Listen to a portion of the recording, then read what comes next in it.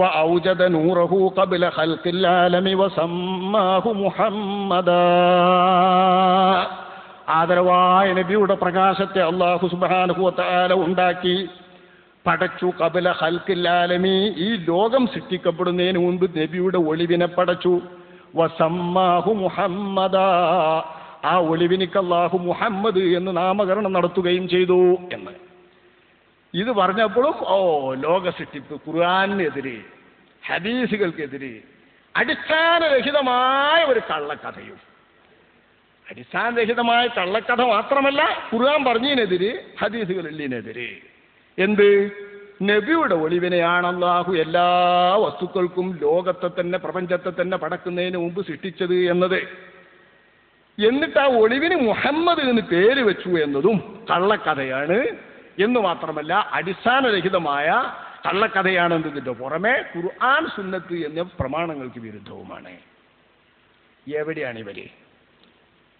അഷ്റഫുൽ ഖൽഖ് സല്ലല്ലാഹു അലൈഹി വസല്ലമ തങ്ങളുടെ തിരു ഒളിവിനെയാണ് അല്ലാഹു തആല ആദ്യം സൃഷ്ടിച്ചത് എന്നത് ആരംഭ നബി കരീം സല്ലല്ലാഹു അലൈഹി വസല്ലമ തങ്ങളുടെ വാക്യമാണ്. നബി തന്നെ വിവരിച്ചിട്ടുള്ള വാക്യം. നബി തന്നെ വിവരിച്ചിട്ടുള്ള ആ വാക്യം അബ്ദുർ റസാഖ്, ഹാഫിദ് അബ്ദുർ റസാഖ് എന്നവർ തന്റെ മുസന്നഫിൽ വളരെ വ്യക്തമായി ഉദ്ധരിച്ചിട്ടുള്ള ഹദീസിൽ ജാബിർ റളിയല്ലാഹു അൻഹുവിനോട് അഷ്റഫുൽ ഖൽഖ് സല്ലല്ലാഹു അലൈഹി വസല്ലമ തങ്ങൾ നൽകിയിട്ടുള്ള മറുപടിയായി വ്യക്തമായി പ്രസ്താവിച്ചിട്ടുള്ളതാണ്, എൻ്റെ നൂറാണ് അല്ലാഹു തആല ആദ്യം പടച്ചത് എന്ന്. ലോകത്തിൽ ആദ്യം പടച്ചത് ഏത് എന്ന് ജാബിർ റളിയല്ലാഹു അൻഹു ചോദിച്ചപ്പോൾ, ജാബിർ റളിയല്ലാഹു അൻഹു എന്ന് പറഞ്ഞാൽ അള്ളാഹിന്റെ റസൂലിന്റെ ഹദീസുകളുടെ കൂട്ടത്തിൽ ജാബിറിന്റെ മിക്ക ഹദീസുകളും റസൂലുള്ളാഹി തങ്ങളുടെ വ്യക്തിത്വവുമായി ബന്ധപ്പെട്ടായിരിക്കും. അങ്ങനെയുണ്ടല്ലോ ചില സ്വഹാബികൾ ഈ ലെവലിൽ ചിന്തിച്ചിട്ടില്ലായിരുന്നെങ്കിൽ നമുക്ക് ഇത്തരം കഥകളൊക്കെ തീർത്തും പോകുമായിരുന്നു. ജാബിർ റളിയല്ലാഹു അൻഹു മിക്കപ്പോഴും ശ്രദ്ധിക്കാറുള്ളത് അഷ്റഫുൽ ഖൽഖ് തങ്ങളുടെ വ്യക്തിത്വവുമായി ബന്ധപ്പെട്ടിട്ടുള്ള കാര്യങ്ങളാണ്. നബി തങ്ങളുടെ ശരീരത്തിൻ്റെയും ആകാരത്തിൻ്റെയും നബിയുടെ അത്ഭുതങ്ങളുമായി ബന്ധപ്പെട്ടിട്ടുള്ള മുഅ്ജിസത്തുകൾ സംബന്ധിച്ചും ആ വിവരങ്ങളൊക്കെ റിപ്പോർട്ട് ചെയ്യുന്ന ആളാണ് ജാബിർ റളിയല്ലാഹു അൻഹു. ഇവിടെയും അദ്ദേഹം ചോദിക്കുന്നത്, ലോകം സൃഷ്ടിക്കും മുൻപ് ആദ്യം ലോകത്തിന്റെ സൃഷ്ടിപ്പ് അള്ളാഹു തുടങ്ങിയത് എങ്ങനെയെന്ന്. നമ്മൾ ലോകരെല്ലാവരും കൂടി ബൈബിളിൻ്റെ ഒപ്പം പോവുക. ബൈബിൾ മലയാളത്തിനോട് വന്നു നോക്കുമ്പോൾ എല്ലാവർക്കും ആദിയിൽ ഒന്നും ഉണ്ടായിരുന്നില്ല, പിന്നെ ദൈവം ആകാശത്തെ സൃഷ്ടിച്ചു അതിനോടൊത്തൊന്നും തുടങ്ങിയാൽ പറ്റില്ല. ഇസ്ലാമിന് ഒരുപാട് തിരുത്തുകളുണ്ട്. ലോകത്തുണ്ടായ ചരിത്രങ്ങളിൽ അടിച്ചേൽപ്പിക്കപ്പെട്ടതായ കള്ളച്ചരിത്രങ്ങൾക്കെതിരെ ഒരുപടി തിരുത്തുകൾ പരിശുദ്ധ ഇസ്ലാമിന് നൽകാനുണ്ട്.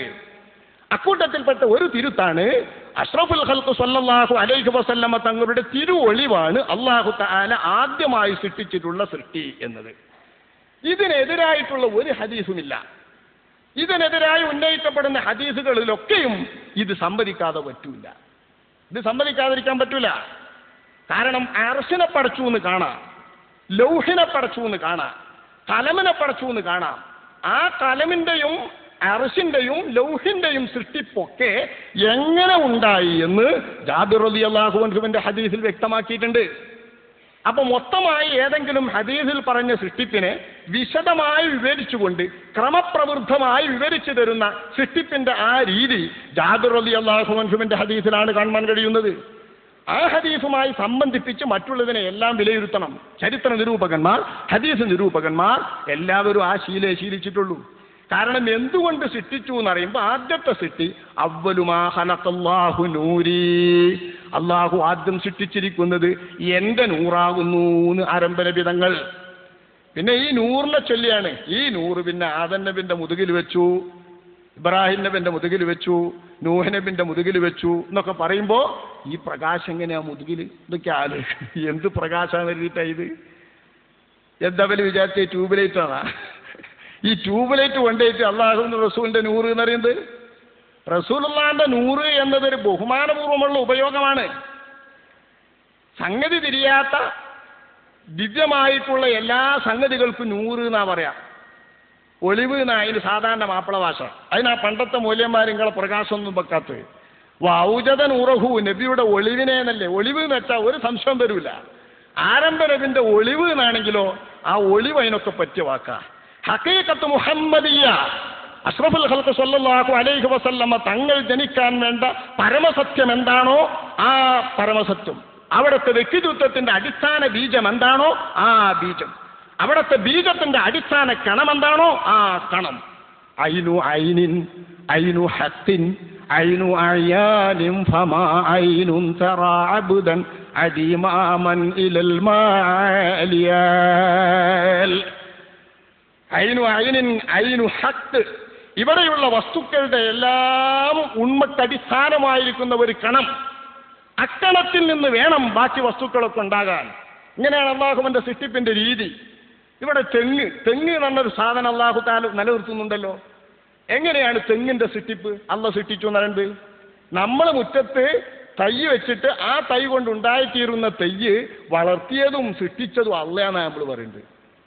അവിടെ അള്ളയാണ് എന്ന് പറയുന്നത് യാഥാർത്ഥ്യമാക്കാൻ പറ്റിയ സംവിധാനത്തിലാണ് അള്ളാഹു താലാന്റെ സൃഷ്ടിപ്പ്.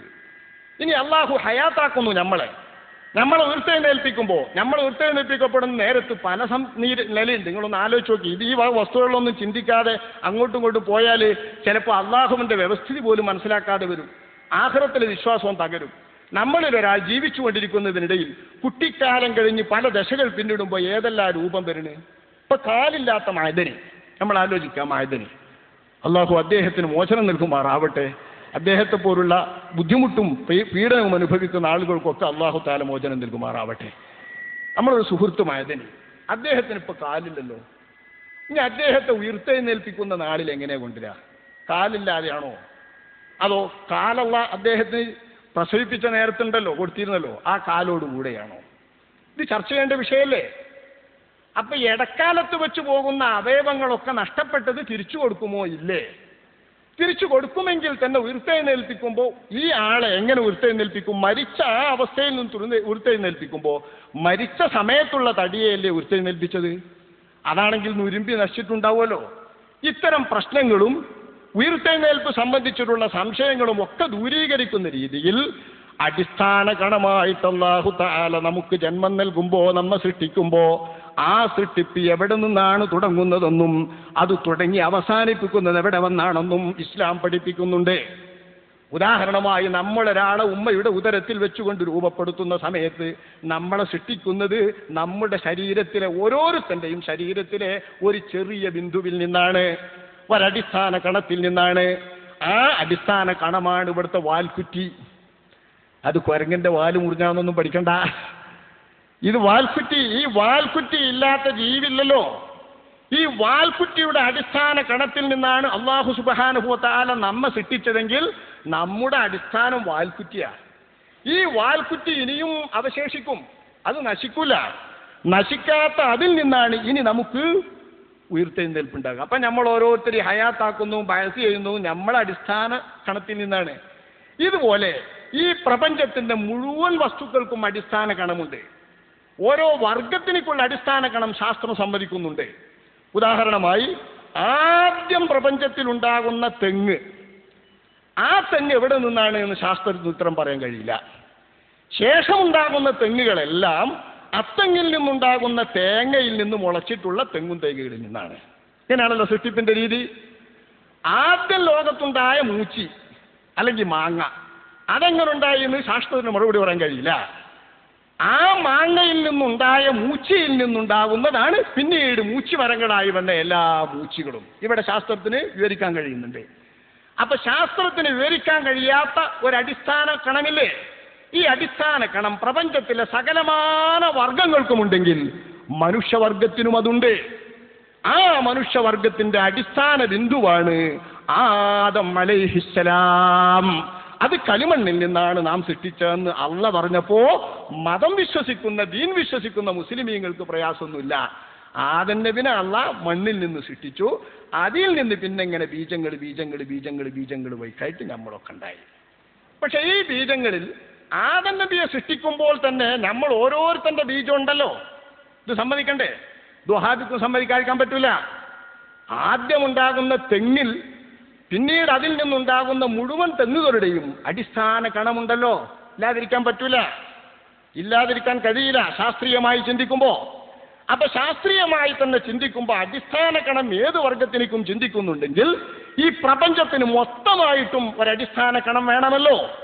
ആ അടിസ്ഥാന കണമാകുന്നു അഷ്റഫുൽ വറാ ത്വഹ റസൂലുള്ളാഹി സ്വല്ലല്ലാഹു അലൈഹി വസല്ലമ തങ്ങളെ സൃഷ്ടിക്കാൻ വേണ്ടി അള്ളാഹു ഉദ്ദേശിക്കുമ്പോൾ നബി തങ്ങളെ അള്ളാഹു തആല ആമിന ബീവിയുടെ ഉദരത്തിൽ വെച്ച് രൂപപ്പെടുത്താൻ വേണ്ടി ശ്രദ്ധിക്കുമ്പോൾ ഉണ്ടായിത്തീരുന്ന ബീജം, ആ ബീജത്തിന്റെ അടിസ്ഥാനപരമായ കണം ഏതാണോ ആ കണമാണ് ഹഖീഖത്ത് മുഹമ്മദിയ, അഷ്റഫുൽ ഖൽഖ് സ്വല്ലല്ലാഹു അലൈഹി വസല്ലമ തങ്ങളുടെ തിരുശരീരത്തിന്റെ പരമസത്ത, ആരംഭ നബിയുടെ തിരുശരീരത്തിന്റെ പരമസത്ത. അങ്ങനെ മനസ്സിലാക്കാൻ പരിഭാഷയ്ക്ക് പെയ്താൽ ഉൾക്കൊള്ളൂലേ. ഭാഷയ്ക്ക് നമ്മൾ മറ്റൊരു ഭാഷ പറയുമ്പോൾ പരിമിതികൾ ധാരാളം ഉണ്ടാവും. അപ്പോൾ അള്ളാഹുവിന്റെ റസൂലിന്റെ ശരീരത്തിന്റെ പരമസത്തയായിട്ടുള്ള ആ ബിന്ദുവിനാണ് ഒളിവ് എന്ന് പറയുന്നത്. അതിന് വല്ല ബേജാറാണ്ട. ആരംഭ നബിന്റെ ഒളിവ് സൃഷ്ടിക്കാതെ അർശ് സൃഷ്ടിച്ചു വന്നാൽ പറ്റൂല.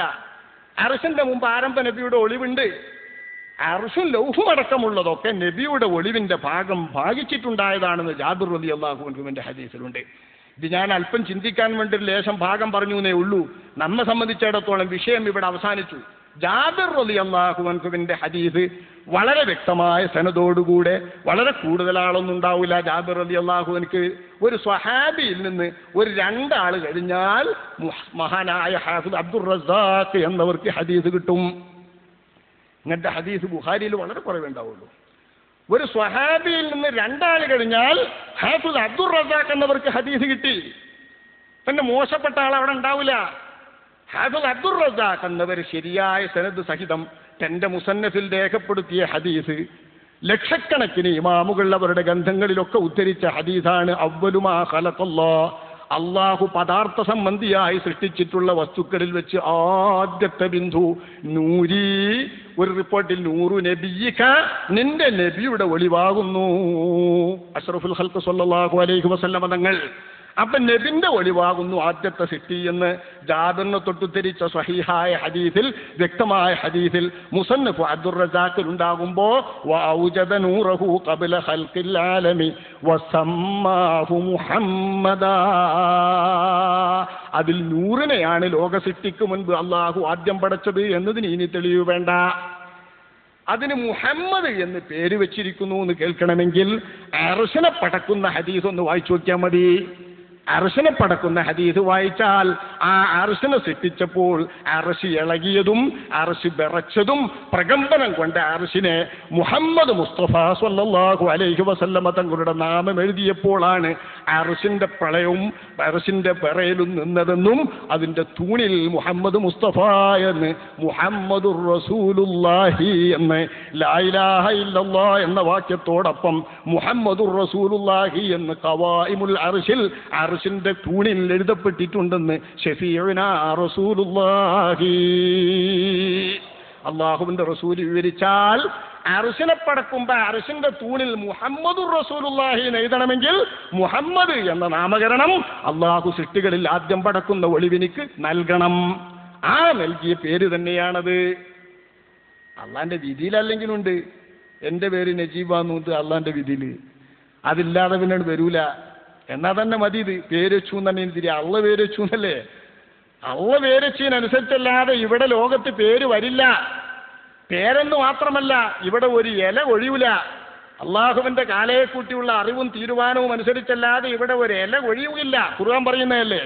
അപ്പൊ എന്നിരിക്കെ പിന്നെ അള്ളാന്റെ റസൂലിനിക്ക് അള്ളാഹു താല പേരച്ചു എന്നറിയുന്നതിൽ അല്പം ചിന്തിക്കുന്നവൻ ചിന്തിക്കന്നെ വേണ്ട. ഇത് വസ്തുതാപരമായി തന്നെ ശരിയായ നിലക്ക് നാമകരണം ചെയ്തത് ആ നാമം എഴുതി വെച്ച ഹദീസുകളിൽ നിന്ന് മനസ്സിലാക്കാം. അതും ഹദീസുകളിലുണ്ട്. ഹാക്കിമും ബൈഹഖിയും മറ്റും നിവേദനം ചെയ്ത ഹദീസുകളിൽ അർശിന്റെ തൂണിൽ അഷ്റഫുൽ ഖൽഖ് സ്വല്ലല്ലാഹു അലൈഹി വസല്ലമ തങ്ങൾ മുഹമ്മദുർ റസൂലുള്ളാഹി, മുഹമ്മദ് അള്ളാഹുവിന്റെ തിരുദൂതരാകുന്നു എന്ന് ലിഖിതം ചെയ്തതുണ്ട്.